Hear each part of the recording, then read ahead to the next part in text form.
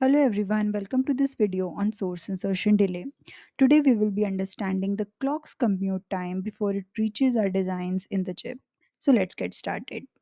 Source insertion delay is the time it takes for a clock signal to travel from its original source, such as PLL or oscillator, to the clock definition point. Clock definition point is the point where the clock is formally defined in the SDC, where create clock command is defined. It can be a pin or a port. So think of it as the commute time the clock spends before it even reaches your design's front door. So that pin and port is your design's front door, and that PLL or oscillator is the point from where the clock starts commuting. The clock's journey starts at its origin and travels through intermediate nodes to the clock definition point. This segment is called the source insertion delay. At the chip level, this covers the PLL, board traces, and package to the clock pin of the chip. But at the hierarchical block level, this goes through parent clock net to clock buffers to the boundary block pin. Hence, for a hierarchical block, the source insertion delay is from a parent clock net till the block boundary pin. Total clock latency is the sum of source insertion delay and network latency, which is also called network insertion delay. Source insertion delay occurs before the create clock point, and it must be specified manually through set clock latency hyphen source command.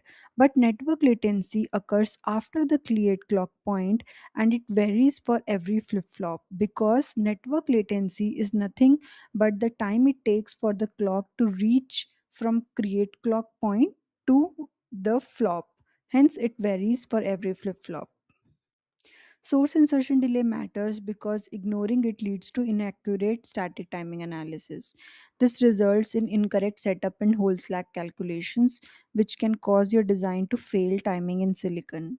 It is also essential for correct clock skew calculations in multi-clock designs, because let's say you have different clocks, so both clocks will be originating from different clock generation point, and hence it is important to specify the different source insertion delay for both clocks. Ignoring that can produce incorrect skew values and unreliable timing closure. You can specify the source insertion delay using the SDC command called set clock latency hyphen source option and followed by the delay value. Options like rise, fall, min, and max help refine the timing constraints for accurate analysis.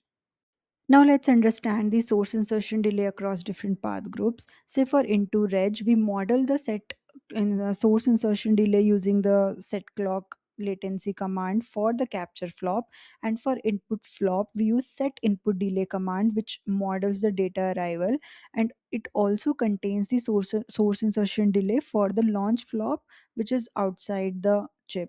Hence, we use set input delay for input port and set clock latency hyphen source for capture flop. Whereas for a reg to reg path, we model the source insertion delay for launch and capture both, but if they are on the same clock, it usually cancels out each other. And for reg to out, we do it for launch, and for capture, we use the set output delay command.